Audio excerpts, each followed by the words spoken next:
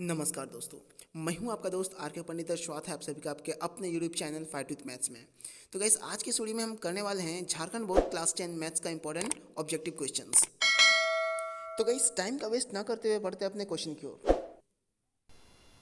तो पहला क्वेश्चन है हमारे पास कि निम्नलिखित में कौन 140 का अभाज्य गुणनखंड है। मैं क्वेश्चन को इंग्लिश में भी रिपीट कर देता हूं कि which of the following is the prime factorisation of 140। तो सबसे पहले क्या करेंगे, हम लोग प्राइम फैक्टराइज करेंगे किसको, 140 को। तो मैं करता हूँ फैक्टराइज इसको। अच्छा, प्राइम फैक्टराइज का मतलब क्या हुआ? प्राइम फैक्टराइज का मतलब है कि आपको जो फैक्टराइज करना है वो प्राइम नंबर से ही आपको फैक्टराइज करना है। तो मैं यहाँ पे करता हूँ 140 का फैक्टराइज। तो 270 टाइम्स में, फिर 235 और फिर से 5 टाइम्स से चल जाएगा 7 टाइम्स में। यानी आपका आ गया है 2 इंटू 2 इंटू 5 इंटू 7। यहाँ पे आप इसको हम फिर से लिख सकते हैं कि 2 कितने बार, 2 टाइम्स है ना, यानी 2 पे पावर 2 इंटू 5 इंटू 7। अब आप ऑप्शन मिला लीजिए। अब देखिएगा आप कि पहला नंबर जो हमारा ऑप्शन है, पहला नंबर हमारा सही ऑप्शन है, 2 to the power 2 into 5 into 7। ये हमारा आ गया correct answer, option number A. अब बढ़ते हैं अपने अगले क्वेश्चन की ओर, क्वेश्चन नंबर 2 हमारे पास है कि y equal to p x का ग्राफ दिया है, बहुपद पी एक्स के शून्यकों की संख्या क्या है। शून्यकों का संख्या का मतलब हो गया कि x का वैल्यू कौन कौन सा होगा, कितना होगा, कौन कौन सा नहीं, कितना होगा।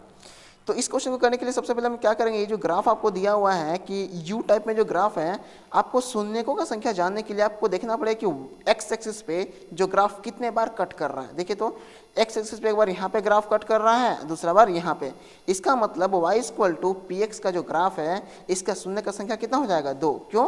क्योंकि ये जो ग्राफ है एक्स एक्सिस को 2 बार में कट कर रहा है, 2 जगह कट कर रहा है। तो आंसर का कितना हो जाएगा, 2।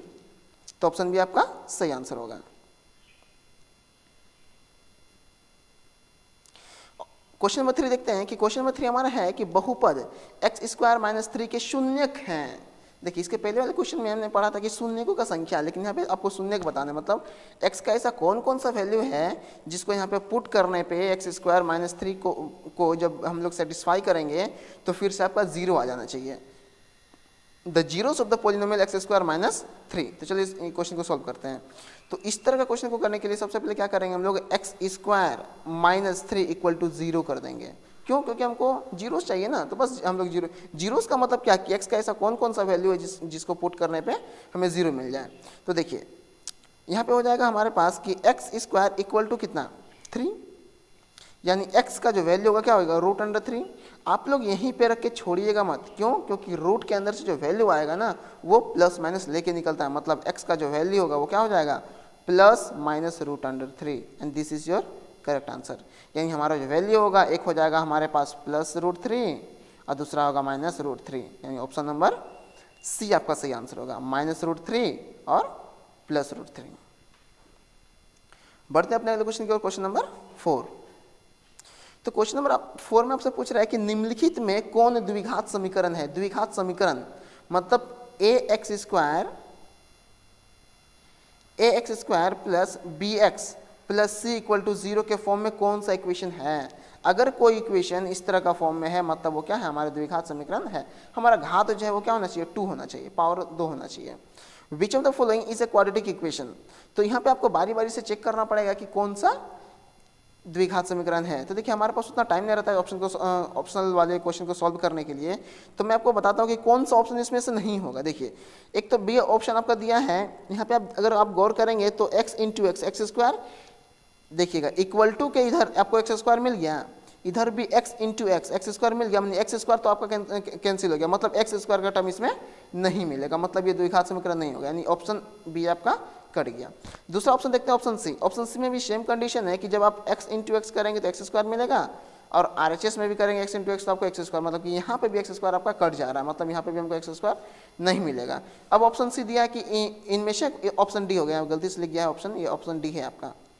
तो इनमें से कोई नहीं, तो हम लोग ऑप्शन ए को चेक कर लेते हैं थोड़ा सा। देखिए a माइनस बी का होल स्क्वायर, देखिएगा यहाँ पे x माइनस 2 का होल स्क्वायर है प्लस 1 इक्वल टू 2x अब माइनस 3। इसको थोड़ा सा सॉल्व करते हैं। यहाँ पे हम लोग a माइनस बी का होल स्क्वायर का फॉर्मूला लगाएंगे, यानी x square plus b square यानी 4, अब माइनस 2ab, तो minus 2 into x into 2 plus 1 equal to 2x और माइनस 3। देखिएगा अब एक्स स्क्वायर अब माइनस देखिए यहाँ पे -2 इंटू 2 4, तो -4x और 4 अब +1 5, इस दोनों ही टर्म को लेफ्ट साइड लेके आ जाता है, -2x अब +3 हो जाएगा यहाँ पे, यानी x स्क्वायर -2 और -6 कितना, -4 कितना हो जाएगा, -6x और 5 + 3 8, यानी आपका ऑप्शन क्या आ गया, ऑप्शन नंबर ए आपका। देखिएगा आप ये जो इक्वेशन है ये आपका ax² + bx + c के फॉर्म में है, इसका मतलब ये आपका द्विघात समीकरण है, यानी ऑप्शन ए हमारा सही हो जाएगा। Option A is the right answer. बढ़ते अपने अगले क्वेश्चन की ओर, क्वेश्चन नंबर 5। तो क्वेश्चन नंबर 5 आपके पास है कि ax² + bx + c = 0 के दो भिन्न वास्तविक मूल होंगे यदि b² - 4ac 0 से बड़ा होगा, b² - 4ac 0 से छोटा होगा, b² - 4ac 0 के बराबर होगा और इनमें से कोई नहीं। तो देखिए मैं आपको बताता हूँ कि ये जो लिखा है कि दो भिन्न वास्तविक मूल्य होंगे, मतलब कि 2 रियल एंड डिस्टिंक्ट रूट्स, मतलब अलग अलग रूट्स मिलेंगे।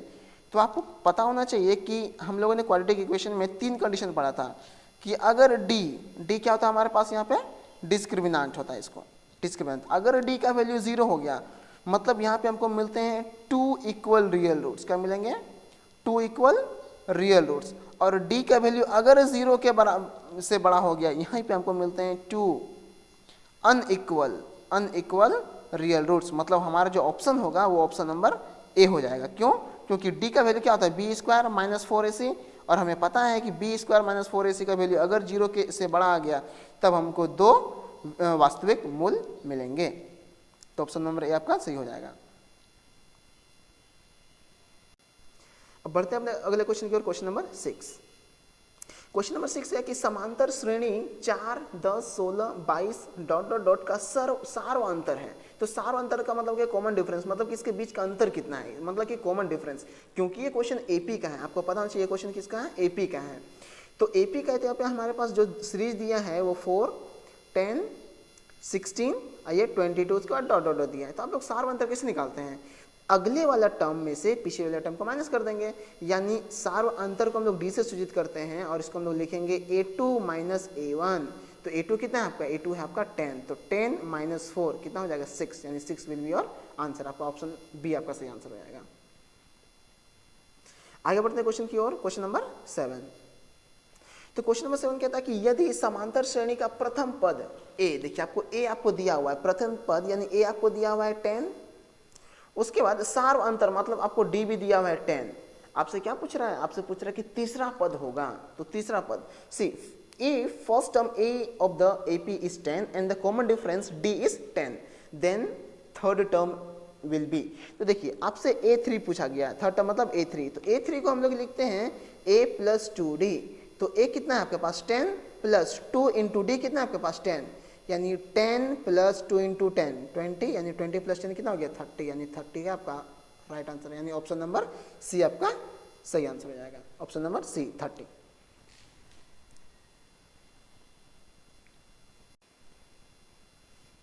चलिए तो बढ़ते अपने अगले क्वेश्चन, क्वेश्चन नंबर 8। तो क्वेश्चन नंबर 8 आप देख पाएंगे कि लिखा हुआ है कि tan 26 degree by cot 64 degree. याद रखिएगा आपका इस तरह से ये एक है आपका फॉर्मूला, आपके पास पता होगा कि tan 90 - थीटा क्या होता है, cot थीटा। इसी का इस्तेमाल हम लोग करने वाले हैं। तो यहाँ पे क्या करेंगे, चाहे तो आप ऊपर वाले को चेंज कर दीजिए, नहीं तो नीचे वाले को चेंज कर दीजिए।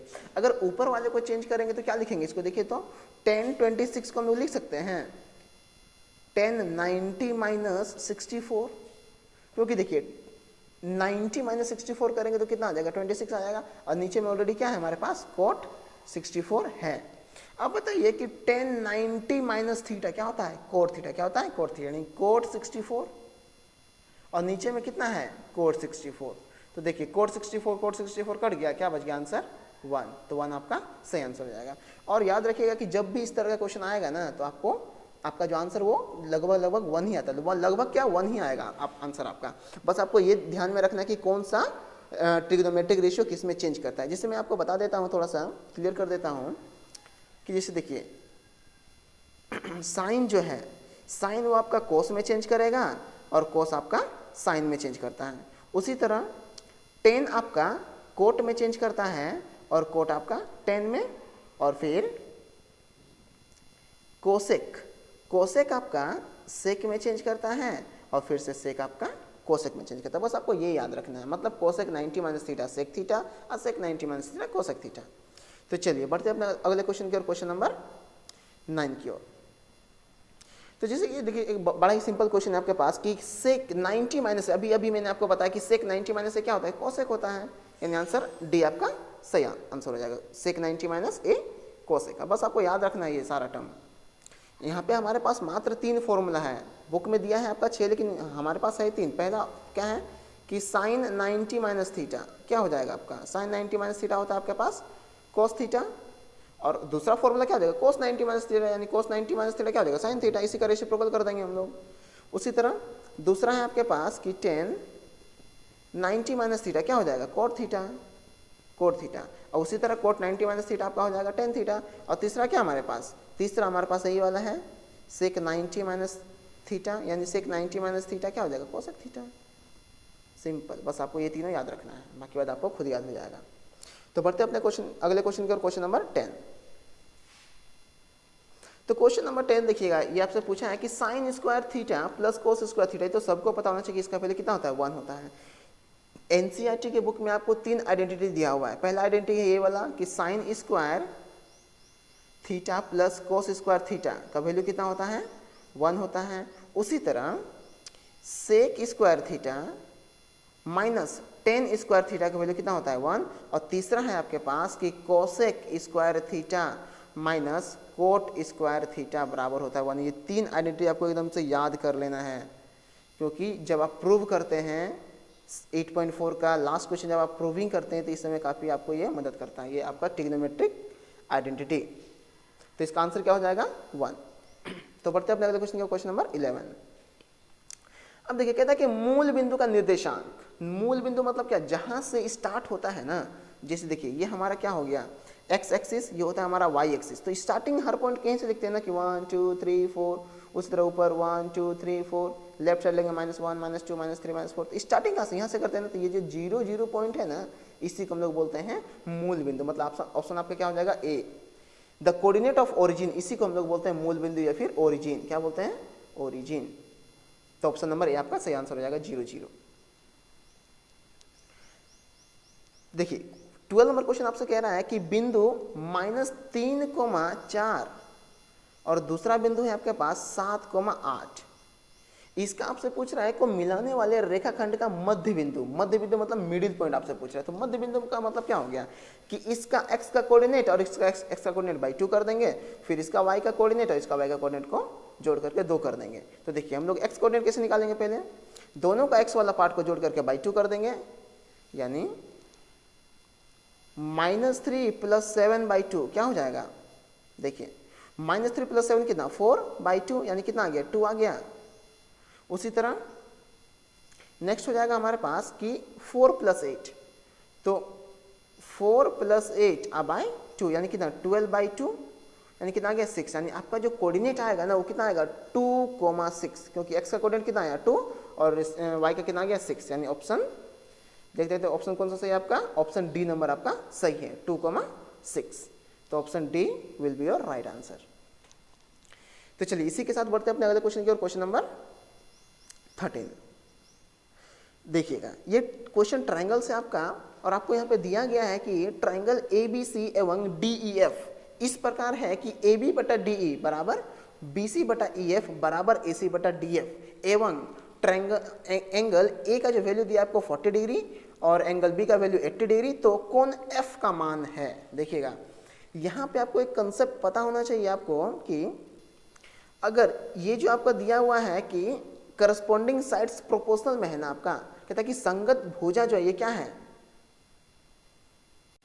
समानुपाती में है। और अगर दो त्रिभुज का संगत भुजा उसका समानुपाती में होता है, मतलब वो दोनों त्रिभुज क्या होगा समरूप होगा। मतलब दोनों अगर दो ट्रायंगल का अगर करस्पॉन्डिंग साइड्स अगर प्रोपोर्शनल में है that means both the triangles are similar, और अगर दोनों ट्रायंगल सिमिलर है दैट मीन्स उसका जो एंगल होगा करस्पॉन्डिंग एंगल जो होगा संगत कोण जो होगा क्या होगा वो बराबर होगा। देखिए मान लेता मैंने ये ट्रायंगल ABC है और दूसरा ट्रायंगल को मान लेता हूँ ट्रायंगल DEF। क्यों, क्योंकि इसका लिया गया, देखिए ए बी यानी ए बी बटा दिस बाई दिस, तो देखिए हमको यहाँ से साइड से मतलब नहीं, साइड आपको दिया क्या ये प्रोपोर्शनल में है।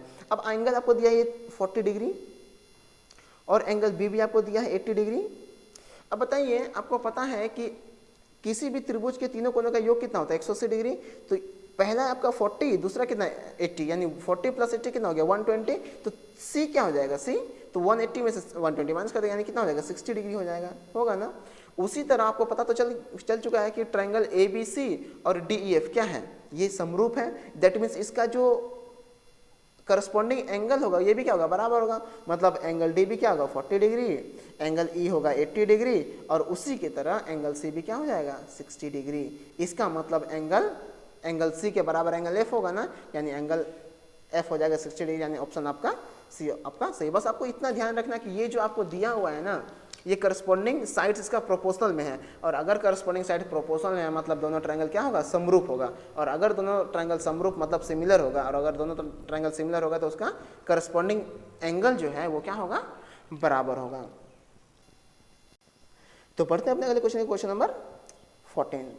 तो क्वेश्चन नंबर 14 में आपका ये बड़ा ही आसान क्वेश्चन है, कहता है कि समद्विबाहु समकोण त्रिभुज एबीसी का कोण बी समकोण है, यदि BC बराबर 4 सेंटीमीटर तो AC का मान निकालते। देखिए इस क्वेश्चन को बनाने से पहले मैं थोड़ा सा फिगर बनाते हैं हम। देखिएगा ये हो गया आपका ABC, ये A, ये B, ये C। क्यों क्योंकि ये हमने ये समकोण आपको बोला गया, ठीक है। समबाहु मतलब समद्विबाहु मतलब क्या, इसका दो भुजा आपका बराबर है। सी मैं क्वेश्चन को इंग्लिश में पढ़ देता हूँ कि triangle ABC is an isosceles triangle right angle HB if BC equal to 4। देखिए ये BC कितना है आपका 4 सेंटीमीटर दिया है। अब बताइए अगर ये समद्विबाहु है मतलब ये भी BC के बराबर होगा, मतलब अगर ये BC 4 तो ये भी कितना हो जाएगा 4 हो जाएगा। अब आपसे पूछा कि AC का वैल्यू क्या होगा। आपको पता है कि ये ट्रायंगल कैसा है, राइट एंगल ट्रायंगल है, मतलब समकोण त्रिभुज है। अगर समकोण त्रिभुज है तो हम लोग यहाँ पे पाइथागोरस का इस्तेमाल कर लेंगे। तो पाइथागोरस थ्योरम क्या कहता है कि आपका जो हाइपोटेनस का स्क्वायर होगा मतलब AC का जो स्क्वायर होगा आपका बाकी दोनों साइड के स्क्वायर के बराबर होगा, मतलब कि AB का स्क्वायर प्लस BC का स्क्वायर। अब देखिए अब AC तो आपको निकालना है, तो AB कितना आ गया आपका 4 यानी 4 का स्क्वायर प्लस BC कितना है 4 यानी इसका भी स्क्वायर। अब 4 का स्क्वायर 4 का स्क्वायर कितना 16 प्लस 16 यानी कितना हो गया 32। यानी आपका आंसर जो आएगा वो कितना आ जाएगा, AC आपको AC चाहिए ना, यानी AC का वैल्यू आ गया √32, यानी AC का वैल्यू कितना आ गया, इसको लिख सकते हैं 4√2। इसको जब आप फैक्टराइज करेंगे तोड़ेंगे तो आएगा आपका 4√2, यानी ऑप्शन नंबर चेक कर लीजिए कौन सा है, ऑप्शन नंबर आपका हो जाएगा B, यानी ऑप्शन नंबर B आपका सही आंसर है 4√2। तो बढ़ते हैं अपने अगले क्वेश्चन की ओर, क्वेश्चन नंबर 15। तो क्वेश्चन नंबर 15 भी काफ़ी आसान क्वेश्चन है। क्वेश्चन नंबर 15 दिया गया आपका कि वृत्त की सबसे बड़ी जीवा, देखिए जीवा किसको बोलते हैं हम लोग पहले आप समझिए। मान लीजिए कि ये हमारा क्या है, एक सर्कल है, तो सर्कल में किसी दो पॉइंट को लेते हैं हम लोग। मान लीजिए कि यहाँ पे एक पॉइंट लिया, यहाँ पे एक पॉइंट लिया। अब बस दोनों पॉइंट को आप क्या कीजिए, जोड़ दीजिए। दोनों पॉइंट को जब आप जोड़ेंगे ना तो ये जो आपका बनता है ये लाइन, इसी को हम लोग जीवा बोलते हैं, ठीक है। दोनों सर्कल में दो पॉइंट को जब जोड़ते हैं उसको हम लोग जीवा बोलेंगे। लेकिन यहाँ से आपसे पूछा गया कि वृत्त की सबसे बड़ी जीवा बताइए। मान लीजिए सर्कल का सेंटर यहाँ पे है, अगर सेंटर से होते हुए भी अगर आप कोई लाइन को ड्रॉ करते हैं तो वो आपका डायमीटर कहलाता है, और वही आपका सबसे लंबा जीवा कहलाता है। यानी आपका जो आंसर है वो क्या हो जाएगा, डायमीटर। मतलब कि largest code of a circle is diameter, मतलब कि सेंटर से अगर आप क्रॉस करते हैं कोई भी जीवा को ड्रॉ करेंगे तो वो सबसे बड़ा जीवा होता है आपका, और उसी को हम लोग डायमीटर बोलते हैं। चलिए तो ऑप्शन सी आपका सही आंसर है। बढ़ते हैं अपने अगले क्वेश्चन को, क्वेश्चन नंबर 15। क्वेश्चन नंबर 15 में है कि किसी वृत्त का व्यास आपको देखिए व्यास किसको बोलेंगे पता है आपको ना। मान लीजिए ये हमारा क्या है, सर्कल है, तो सेंटर से होते हुए जो लाइन जाएगी उसको भी अभी हम लोगों ने पढ़ा कि व्यास बोलेंगे। तो व्यास आपको दिया है 14 सेंटीमीटर, लेकिन हमको मतलब व्यास से नहीं रहता, हमको मतलब रहता है रेडियस से। यानी इसका रेडियस त्रिज्या कितना हो जाएगा, त्रिज्या इसका आता है यानी 7 सेंटीमीटर। अब आपसे पूछता है कि पेरीमीटर इसका क्या होगा, मतलब इसका परिधि क्या होगा। आपको पता है कि परिधि क्या होता है सर्कल का, 2πr। बस इस फॉर्मूले पे बैठा देते हैं, यानी 2 × पाई का वैल्यू 22/7 इंटू r, तो आपको पता है 7। अब 7 से 7 कैंसिल आउट हो जाए, क्या बचेगा 22 × 2 यानी 44, यानी 44 सेंटीमीटर आपका सही आंसर हो जाएगा इस वृत्त का परिधि, यानी ऑप्शन नंबर सी आपका सही आंसर है। चलिए बढ़ते हैं अपने अगले क्वेश्चन की ओर, क्वेश्चन नंबर 17। तो 17 आपसे कह रहा है कि 7 सेंटीमीटर त्रिज्या वाले अर्धवृत्त का क्षेत्रफल, अर्धवृत्त मतलब आधा वृत्त का क्षेत्रफल आपसे पूछा है। आपको पता है कि पूरा वृत्त का क्षेत्रफल क्या होता है, पाई आर स्क्वायर। अब हमसे आधा पूछा यानी बाई 2 कर देंगे इसको, यानी पाई का वैल्यू कितना 22/7 इंटू आर स्क्वायर। तो आर आपको दिया है ना, रेडियस देखिए, त्रिज्या दिया है 7 × 7, अब बाई 2 कर देते हैं। तो 7 से 7 कैंसिल आउट, फिर 2 से 11 टर्म से कैंसिल आउट, यानी 11 × 7 कितना हो जाएगा 77, यानी 77 सेंटीमीटर स्क्वायर। याद रखिएगा आपको एरिया पूछा, मतलब इसका यूनिट जो होगा क्या हो जाएगा सेंटीमीटर स्क्वायर, यानी ऑप्शन नंबर बी आपका सही आंसर हो जाएगा। चलिए तो आगे बढ़ते हैं अपने अगले क्वेश्चन को, क्वेश्चन नंबर 18 कहता है कि यदि 7 सेंटीमीटर त्रिज्या वाले वृत्त के लघु वृत्तखंड का क्षेत्रफल 14 सेंटीमीटर स्क्वायर हो तो दीर्घ वृत्तखंड का क्षेत्रफल होगा। देखिए पहले मैं आपको बताता हूं कि ये वृत्तखंड क्या है। देखिएगा ध्यान से आप लोग, जिसे हम एक फिगर को ड्रॉ करते हैं, एक सर्कल हमने बनाया, अब इस सर्कल से हम एक कोड बनाते हैं, ठीक है ना, एक कोड। आपको पता है कि इसको हम लोग जीवा बोलते हैं और इसको हम लोग बोलते हैं आर्क। क्या बोलेंगे, आर्क बोलते हैं। तो कोड और आर्क से जो ये जो एरिया बनता है इसी को हम लोग बोलते हैं वृत्तखंड, यानी इसको हम लोग बोलेंगे सेगमेंट बोलते हैं। अगर ये वृत्तखंड है तो इस साइड भी तो वृत्तखंड होगा ना, ठीक है। तो क्योंकि ये छोटा है इसलिए हम लोग बोलेंगे इसको माइनर सेगमेंट, क्या बोलेंगे, लघु वृत्तखंड बोलेंगे। और क्योंकि ये बड़ा है तो इसको क्या बोलेंगे हम लोग, मेजर सेगमेंट, मतलब दीर्घ वृत्तखंड बोलेंगे। तो आपको ये तो एरिया दिया हुआ है। अब बताइए हमको कि अगर लघु वृत्तखंड और दीर्घ वृत्तखंड को जब हम जोड़ेंगे तो मेरा पूरा एरिया मिल जाएगा ना सर्कल का। तो हम लोग क्या करेंगे, सबसे पहले सर्कल का एरिया निकाल लेंगे, उसके बाद ये जो आपको दिया है ना लघु वृत्तखंड, इसको हम लोग क्या करेंगे, माइनस कर देंगे, ठीक है। यानी इस एरिया, इस सर्कल का एरिया क्या हो जाएगा, पाई आर स्क्वायर। तो पहले इसका वैल्यू निकालते हैं, पाई का वैल्यू 22/7 इंटू आर कितना दिया है आपको, देखिए तो 7 दिया था, 7 × 7 यानी कितना हो गया, 7 से 7 कैंसिल आउट, तो 22 × 7 हो जाएगा आपके पास 154। अब इसको माइनस कर देते हैं। अब देखिए यानी ये पूरा जो एरिया है, इसका पूरा सर्कल का एरिया कितना आ गया, 154 आ गया ना। उसमें से अगर हम इसको माइनस कर देंगे तो हमको क्या ये मिल जाएगा, यानी लघु को माइनस कर देंगे तो हमारा दीर्घ मिल जाएगा। तो माइनस कर देते हैं इसको, यानी 154 माइनस कितना दिया हुआ है आपका, ये 14 दिया हुआ है, यानी 14, आंसर कितना हो जाएगा 041, यानी 140 सेंटीमीटर स्क्वायर आपका सही आंसर हो जाएगा, 140 सेंटीमीटर स्क्वायर, यानी ऑप्शन नंबर ए आपका सही होगा। बढ़ते हैं अपने अगले क्वेश्चन को, क्वेश्चन नंबर 19। अब देखिए 19 में आपसे पूछा है कि ये जो आपको एक सीरीज दिया हुआ है क्या, बहुलक। तो बहुलक का मतलब हो गया, आपसे पूछ रहा है मोड।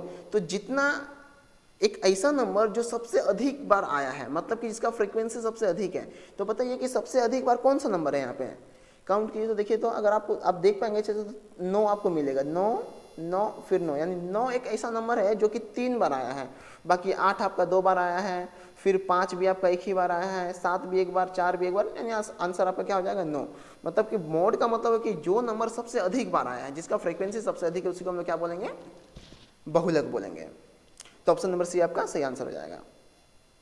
अब देखिए क्वेश्चन नंबर 20 इस वीडियो का लास्ट क्वेश्चन है।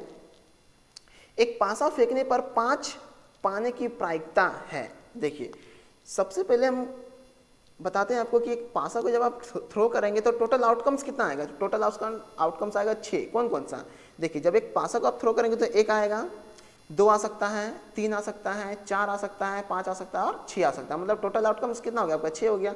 मतलब नीचे में तो आपका 6 हो जाएगा। अब पूछता है कि 5 आने का प्रायिकता क्या होगा, द प्रोबेबिलिटी ऑफ गेटिंग 5। तो 5 कितना बार आएगा, 1 ही बार आएगा ना, यानी 1, यानी आंसर कितना आ गया 1/6, यानी ऑप्शन बी आपका सही आंसर हो जाएगा। तो गाइस आज के इस वीडियो में बस इतना ही, मिलते हैं हम लोग अगले वीडियो में। और गाइस अगर आपको ये वीडियो मेरा पसंद आता है तो प्लीज़ मेरे चैनल को सब्सक्राइब करें, साथ ही साथ अपने दोस्तों को शेयर करें और सब्सक्राइब कर ले, ताकि इस तरह का वीडियो मैं जब भी अपलोड करूँ तो नोटिफिकेशन सबसे पहले आप तक पहुँच जाए।